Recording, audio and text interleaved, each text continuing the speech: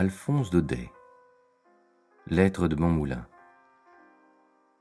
L'agonie de la sémillante. Puisque le Mistral de l'autre nuit nous a jetés sur la côte corse, laissez-moi vous raconter une terrible histoire de mer dont les pêcheurs de là-bas parlent souvent à la veillée et sur laquelle le hasard m'a fourni des renseignements fort curieux. Il y a 2 ou 3 ans de cela. Je courais la mer de Sardaigne en compagnie de 7 ou 8 matelots douaniers. Rude voyage pour un novice. De tout le mois de mars, nous n'eûmes pas un jour de bon. Le vent d'est s'était acharné après nous, et la mer ne décolérait pas. Un soir, que nous fuyions devant la tempête, notre bateau vint se réfugier à l'entrée du détroit de Bonifacio, au milieu d'un massif de petites îles.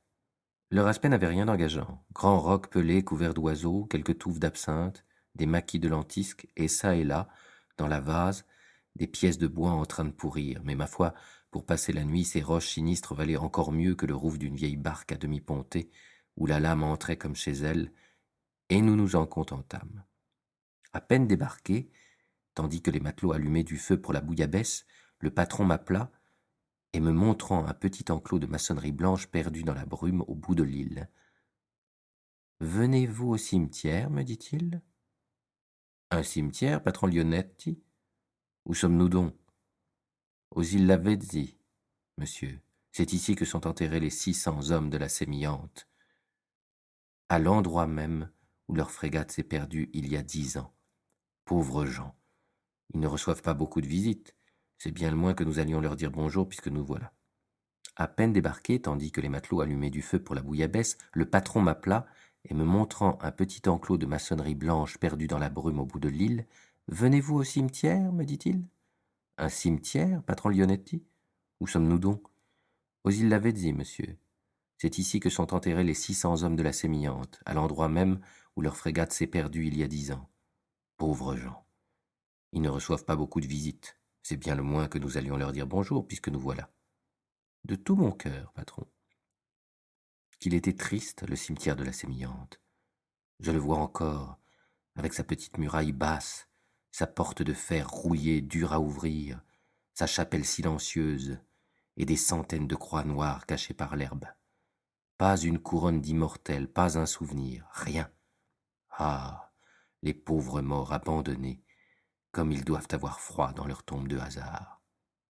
Nous restâmes là, un moment agenouillés. Le patron priait à haute voix. D'énormes goélands, seuls gardiens du cimetière, tournoyaient sur nos têtes et mêlaient leurs cris rauques aux lamentations de la mer. La prière finie, nous revîmes tristement vers le coin de l'île où la barque était amarrée. En notre absence, les matelots n'avaient pas perdu leur temps. Nous trouvâmes un grand feu flambant à l'abri d'une roche et la marmite qui fumait. On s'assit en rond, les pieds à la flamme, et bientôt chacun eut sur ses genoux dans une écuelle de terre rouge 2 tranches de pain noir, arrosées largement. Le repas fut silencieux. Nous étions mouillés, nous avions faim, et puis le voisinage du cimetière. Pourtant, quand les écuelles furent vidées, on alluma les pipes et on se mit à causer un peu. Naturellement, on parlait de la sémillante. Mais enfin, comment la chose s'est-elle passée, demandai-je au patron qui, la tête dans ses mains, regardait la flamme d'un air pensif. Comment la chose s'est passée, me répondit le bon Lionetti, avec un gros soupir. Hélas, monsieur, personne au monde ne pourrait le dire. Tout ce que nous savons, c'est que la sémillante, chargée de troupes pour la Crimée, était partie de Toulon la veille au soir avec le mauvais temps. La nuit, ça se gâta encore. Du vent, de la pluie, la mer énorme, comme on ne l'avait jamais vue. Le matin, le vent tomba un peu, mais la mer était toujours dans tous ses états. Et avec cela une sacrée brume du diable à ne pas distinguer un fanal à 4 pas. Ces brumes-là, monsieur, on ne se doute pas comme c'est traître. Ça ne fait rien. J'ai idée que la sémillante a dû perdre son gouvernail dans la matinée, car il n'y a pas de brume qui tienne. Sans une avarie, jamais le capitaine ne serait venu s'aplatir ici contre. C'était un rude marin que nous connaissions tous. Il avait commandé la station en Corse pendant 3 ans et savait sa côte aussi bien que moi, qui ne sais pas autre chose. Et à quelle heure pense-t-on que la sémillante a péri? Ce doit être à midi. Oui, monsieur, en plein midi. Mesdames, avec la brume de mer, ce plein midi-là ne valait guère mieux qu'une nuit noire comme la gueule d'un loup. Un douanier de la côte m'a raconté que ce jour-là, vers 11h30, étant sorti de sa maisonnette pour rattacher ses volets, Il avait eu sa casquette emportée d'un coup de vent, et qu'au risque d'être enlevé lui-même par la lame, il s'était mis à courir après le long du rivage à quatre pattes. Vous comprenez, les douaniers ne sont pas riches et une casquette ça coûte cher. Or, il paraîtrait qu'à un moment notre homme, en relevant la tête, aurait aperçu tout près de lui dans la brume un gros navire à sec de toile qui fuyait sous le vent du côté des îles Lavezzi.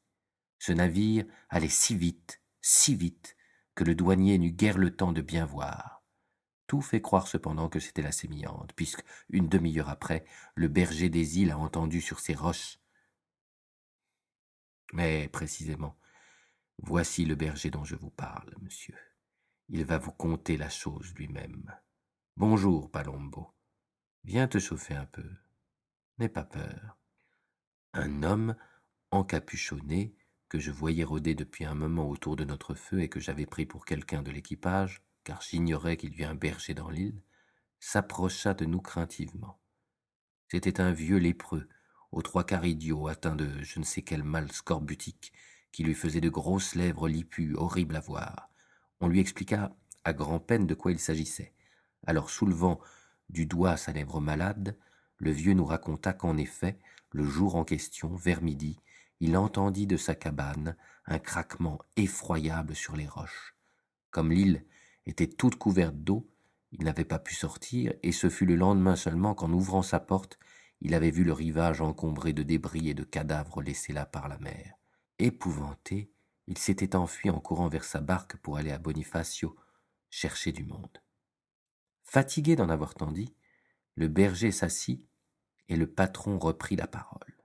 « Oui, monsieur, c'est ce pauvre vieux qui est venu nous prévenir. Il était presque fou de peur, et de l'affaire, sa cervelle en est restée détraquée. Le fait est qu'il y avait de quoi. Figurez-vous 600 cadavres en tas sur le sable, pêle-mêle, avec les éclats de bois et les lambeaux de toile. Pauvre sémillante. La mer l'avait broyée du coup, et si bien mise en miettes que dans tous ces débris le berger Palombo n'a trouvé qu'à grand-peine de quoi faire une palissade autour de sa hutte. Quant aux hommes, presque tous défigurés, mutilés affreusement, c'était pitié de les voir accrochés les uns aux autres par grappes. Nous trouvâmes le capitaine en grand costume, l'aumônier, son étoile au cou, dans un coin entre deux roches un petit mousse, les yeux ouverts. On aurait cru qu'il vivait encore, mais non, il était dit que pas un n'en réchapperait. Ici le patron s'interrompit. « Attention, Nardi !» cria-t-il. « Le feu s'éteint. » Nardi jeta sur la braise 2 ou 3 morceaux de planche goudronnée qui s'enflammèrent, et Lionetti continua. Ce qu'il y a de plus triste dans cette histoire, le voici.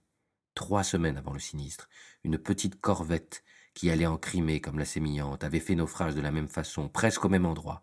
Seulement cette fois-là, nous étions parvenus à sauver l'équipage et 20 soldats du train qui se trouvait à bord. Ces pauvres tringlots n'étaient pas à leur affaire, vous pensez. On les emmena à Bonifacio et nous les gardâmes pendant 2 jours avec nous, à la marine. Une fois bien secs et remis sur pied, bonsoir, bonne chance. Ils retournèrent à Toulon, où, quelque temps après, on les embarqua de nouveau pour la Crimée. Devinez sur quel navire? Sur la Sémillante, monsieur. Nous les avons retrouvés tous les 20, couchés parmi les morts, à la place où nous sommes. Je relevais moi-même un joli brigadier à fine moustache, un blondin de Paris, que j'avais couché à la maison et qui nous avait fait rire tout le temps avec ses histoires. De le voir là, ça me crèva le cœur. Ah, Santa Madre! Là-dessus, le brave Lionetti, tout ému, secoua les cendres de sa pipe et se roula dans son caban en me souhaitant la bonne nuit. Pendant quelque temps encore, les matelas causèrent entre eux à demi-voix, puis, l'une après l'autre, les pipes s'éteignirent, on ne parla plus, le vieux berger s'en alla, et je restai seul à rêver au milieu de l'équipage endormi. Encore sous l'impression du lugubre récit que je venais d'entendre, j'essayais de reconstruire dans ma pensée le pauvre navire défunt et l'histoire de cette agonie, dont les goélands ont été seuls témoins. Quelques détails qui m'avaient frappé, le capitaine en grand costume, l'étoile de l'aumônier, les 20 soldats du train, m'aidaient à deviner toutes les péripéties du drame. Je voyais la frégate partant de Toulon dans la nuit. Elle sort du port. La mer est mauvaise, le vent terrible. Mais on a pour capitaine un vaillant marin, et tout le monde est tranquille à bord. Le matin, la brume de mer se lève. On commence à être inquiet. Tout l'équipage est en haut. Le capitaine ne quitte pas la dunette. Dans l'entrepont, où les soldats sont renfermés, il fait noir. L'atmosphère est chaude. Quelques-uns sont malades, couchés sur leurs sacs. Le navire tangue horriblement. Impossible de se tenir debout. On cause assis à terre par groupe, en se cramponnant au banc. Il faut crier pour s'entendre. Il y en a qui commencent à avoir peur. Écoutez donc, les naufrages sont fréquents dans ces parages-ci. Les tringlos sont là pour le dire, et ce qu'ils racontent n'est pas rassurant. Leur brigadier, surtout, un Parisien qui blague toujours, vous donne la chair de poule avec ses plaisanteries. Un naufrage? Mais c'est très amusant, un naufrage. Nous en serons quittes pour un bain à la glace, et puis on nous mènera à Bonifacio, histoire de manger des merles chez le patron Lionetti. Et les tringlots de rire. Tout à coup, un craquement. Qu'est-ce que c'est? Qu'arrive-t-il? Le gouvernail vient de partir, dit un matelot tout mouillé qui traverse l'entrepont en courant. Bon voyage! Crie cet enragé de brigadier, mais cela ne fait plus rire personne. Grand tumulte sur le pont. La brume empêche de se voir. Les matelots vont et viennent effrayés à tâtons. Plus de gouvernail. La manœuvre est impossible. La sémillante en dérive file comme le vent. C'est à ce moment que le douanier la voit passer. Il est 11h30. À l'avant de la frégate, on entend comme un coup de canon. Les brisants, les brisants. C'est fini. Il n'y a plus d'espoir. On va droit à la côte. Le capitaine descend dans sa cabine. Au bout d'un moment, il vient reprendre sa place sur la dunette en grand costume. Il a voulu se faire beau pour mourir. Dans l'entrepont, les soldats anxieux se regardent sans rien dire. Les malades essaient de se redresser. Le petit brigadier ne rit plus. C'est alors que la porte s'ouvre et que l'aumônier paraît sur le seuil avec son étoile. À genoux, mes enfants. Tout le monde obéit. D'une voix retentissante, le prêtre commence la prière des agonisants. Soudain, un choc formidable, un cri, un seul cri, un cri immense, des bras tendus, des mains qui se cramponnent, des regards effarés, où la vision de la mort passe comme un éclair. Miséricorde!